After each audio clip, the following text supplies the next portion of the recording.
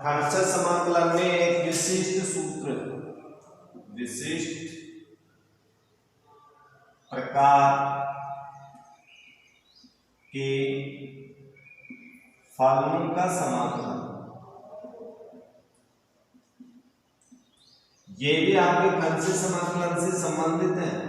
चाहे आप उसमें खंडशः समाकलन करें और चाहे इस विशेष प्रकार के सूत्र का प्रयोग कर दें, दोनों से आंसर सेम ही आएगा। जैसा कि मान लीजिए आपके पास कोई फलन इस प्रकार है, इंटीग्रेशन e की power x into F x plus F dash x, यानी एक फलन हो प्लस में दूसरा उसका अवकलन हो और e की पावर x साथ में मल्टीप्लाई हो, और फिर यदि समाकलन पूछा जाता है तो उसका आंसर होगा e की power x f x plus c. Direct ये आप उत्तर लिख सकते हैं। तो ये एक विशेष प्रकार का समाकलन हो गया, और इस विशेष प्रकार के समाकलन भी आपकी इसी एक्सरसाइज में प्राप्त होंगे। तो इसके लिए आपको एक एग्जाम्पल नंबर 44 नंबर पे एक एग्जाम्पल है। 41, 42 थोड़े से बड़े एग्जाम्पल हैं, अभी उनको भी देखेंगे। आप लोग कोशिश करना उनको हल करने की, यदि हल हो जाए समझ में आ जाए तो अच्छी बात है, नहीं तो अपन बताएंगे। तो यहाँ पर आप एक एग्जाम्पल नंबर 44 को देखिए। यहाँ पर e की पावर x इंटू दिया हुआ है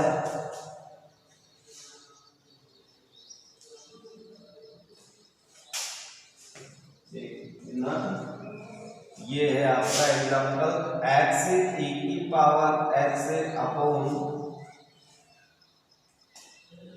x प्लस 1 का होल स्क्वायर dx। वैसे तो अपन इस पर खंडशः समाकलन करें तब भी उत्तर तो वही आएगा, लेकिन इसको अपन इस रूप में भी लिख सकते हैं। यदि अपन इसको चाहें x को, तो x में अपन एक जोड़ दें और एक घटा दें तो कोई फर्क तो नहीं पड़ेगा। e की power x upon x plus 1 का होल स्क्वायर, या फिर इसे अपन ऐसे भी लिख सकते हैं +1 अपॉन x प्लस 1 का होल स्क्वायर माइनस 1 बटा x प्लस 1 का होल स्क्वायर इंटू e की पावर x dx। इसमें कोई अंतर नहीं है। या फिर इसको अपन ऐसे भी लिख सकते हैं 1 बटा x प्लस 1 माइनस 1 बटा x प्लस 1 का होल स्क्वायर इंटू e की पावर x dx। अब यहां पर देखिए इसका ये अवकलन है, तो अपन मान लेते हैं इसमें कि माना f(x) बराबर 1 बटा x प्लस 1, तो f डैश x बराबर क्या आएगा अपने पास -1 बटा x प्लस 1 का होल स्क्वायर, यही तो प्राप्त होगा।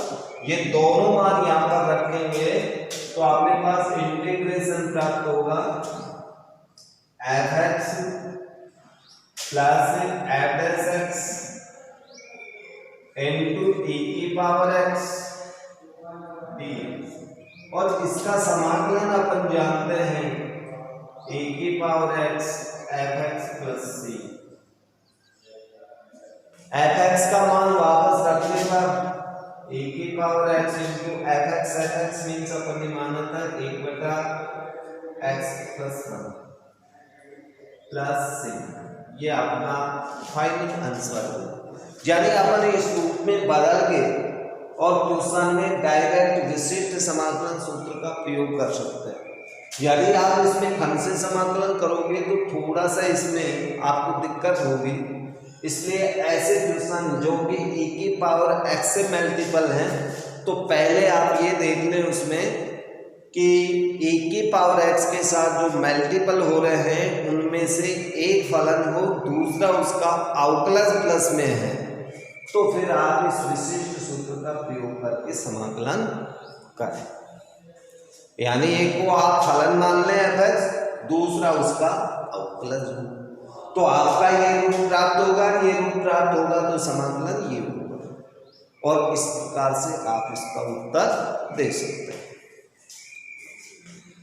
एग्जाम्पल नंबर 42 है, तो ये एग्जाम्पल एक थोड़ा सा अलग टाइप का है, इसमें आपको थोड़ा सा जोड़ तोड़ करना पड़ेगा। यानी कुछ क्वेश्चन अपने पास इस प्रकार के आते हैं जिन्हें अपन थोड़ा सा ध्यान में रखते हुए काम करें। अर्थात ये तो आपको पहले से ही मालूम है कि मैथमेटिक्स के अंदर तो भाई अभ्यास अधिक से अधिक करना पड़ता है, बार बार अभ्यास करना पड़ता है। जो जितना अभ्यास करेगा उसका मैथमेटिक्स उतना ही सॉलिड बनता जाएगा। तो ये एक विशेष क्वेश्चन है, थोड़ा सा ध्यान दीजिए। अपन समाकलन कैसे करें देखिए, नहीं तो इसमें दो कोई गुणा में है, नहीं ही कोई डायरेक्ट इसमें कोई विशेष सूत्र का प्रयोग अपन कर सकते, नहीं कोई सरल समीकरण, नहीं कोई प्रतिस्थापन कर सकते। फिलहाल ये उस पोजीशन में नहीं है, तो अपन इसको चेंज करके या तो खंड से समाकलन की स्थिति में लेके आएंगे या कोई प्रतिस्थापन की स्थिति में लेके आना पड़ेगा। तो देखिए अपन इसको इस प्रकार से व्यक्त कर सकते हैं, इंटीग्रेशन इस एक्स स्क्वायर को अपन x into x cos x लिख दें तो कोई फर्क तो नहीं पड़ जाएगा। जब यहाँ कोस एक्स अतिरिक्त आ गया अंश में, तो हर में भी तो आपको कोस एक्स लिखना पड़ेगा, तो हर में भी कोस एक्स लिख दिया। या यूं समझे कि अंश का हर को मैंने कोस एक्स से मल्टीप्लाई कर दिया, तो एक्स से sign x plus cos x का होल स्क्वायर डी। अब मैं इसको थोड़ा सा अलग करता हूं, एक्स अपॉन कोस एक्स ये अलग हो गया, इसको मैं एक्स कोस एक्स है तो अभी भी गुणा नहीं, x cos x sorry sine x है, sine x plus cos x का होल स्क्वायर dx। अर्थात यहां पर अपने पास दो भाग बन गए, एक ये वाला एक ये वाला, और इन दोनों ही भागों में ये भी आपका उसी टाइप का है, ये भी उसी टाइप का है। यानी इसमें आपका बीजगणित अपॉन ट्रिग्नोमेट्रिक, इसमें भी तो बीजगणित अपॉन ट्रिग्नोमेट्रिक कुछ ऐसा ही आ रहा है, तो दोनों सेम से हैं। यानी आइलेट वाला फॉर्मूला यार काम नहीं कर रहा, लेकिन फलन दो गुणा में हो गए, तो इसका खंड से समाकलन करना पड़ेगा। अब खंड से समाकलन करने के लिए अपन इसको तो फर्स्ट मान लेते हैं, इसको सेकंड मान लेते हैं और खंड से समाकलन कर देंगे, खंड से समाकलन। अब खंड से समाकलन करेंगे तो फर्स्ट को छोड़ देते हैं, फर्स्ट को छोड़ा कोस एक्स, समाकलन द्वितीय का करेंगे तो x cos x upon x sine x plus cos x का होल स्क्वायर dx माइनस समाकलन बड़ा कोष्ठक D by D x first वाले का एक्स अपॉन कोस एक्स का जो कि भाग नियम से अवकलन होगा इसका, फिर समाकलन वही अपने पास cos x upon x sine x plus cos x का होल स्क्वायर dx बड़ा कोष्ठक dx। यानी कि खंड से समाकलन कर दिया। अब इसका खंड से समाकलन करेंगे, इसके लिए आपको यहाँ प्रतिस्थापन करना पड़ेगा। माना कि x cos sin x plus cos x बराबर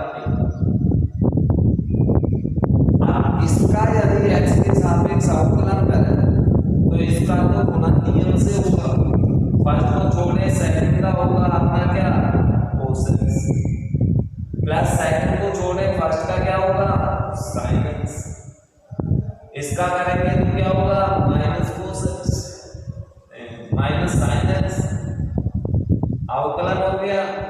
t का करेंगे तो dt अपॉन dx, साइन से साइन कट गया, यानी dt बराबर अपने पास क्या आएगा x cos x dx, और ये मान अपन इसमें रख देंगे तो देखिए अपने पास आएगा x cos x इंटीग्रेशन इसका मान dt अपॉन t स्क्वायर हो गया।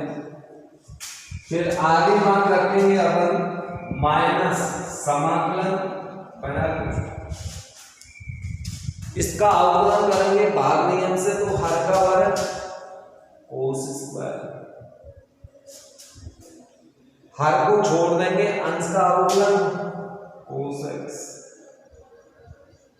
माइनस अंश को छोड़ा हर का अवकलन माइनस माइनस क्या हो जाएगा x sin x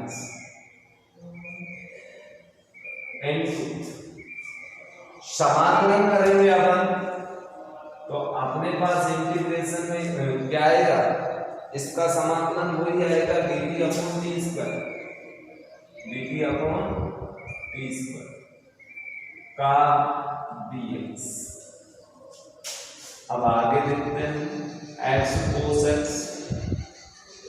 इसका करेंगे तो अपने पास क्या आएगा भाई माइनस 1/t समाकलन माइनस समाकलन cos x plus x sin x upon cos square x, ये अपने पास वही हो गया माइनस 1/t dx। चलो आगे आ जाइए आप x cos x into minus 1/t का मान रखेंगे अपन तो अपने पास क्या आएगा x sin x plus cos x, ये t का मान रख दिया minus integration cos x plus x sin x upon cos square x गुणा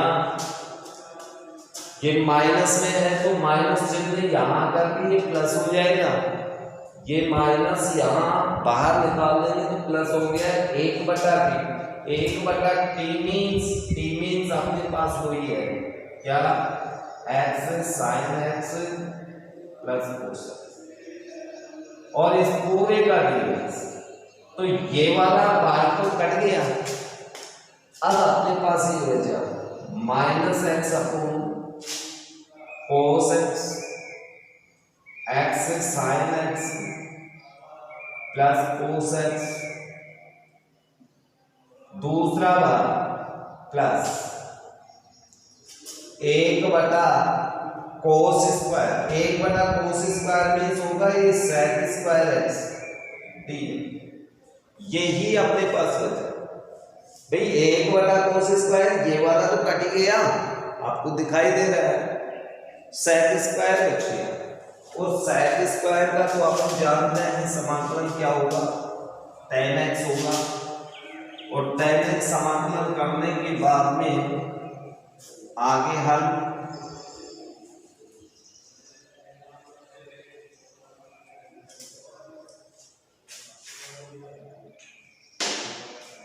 आगे का हल minus x upon cos x into x sine x plus cos x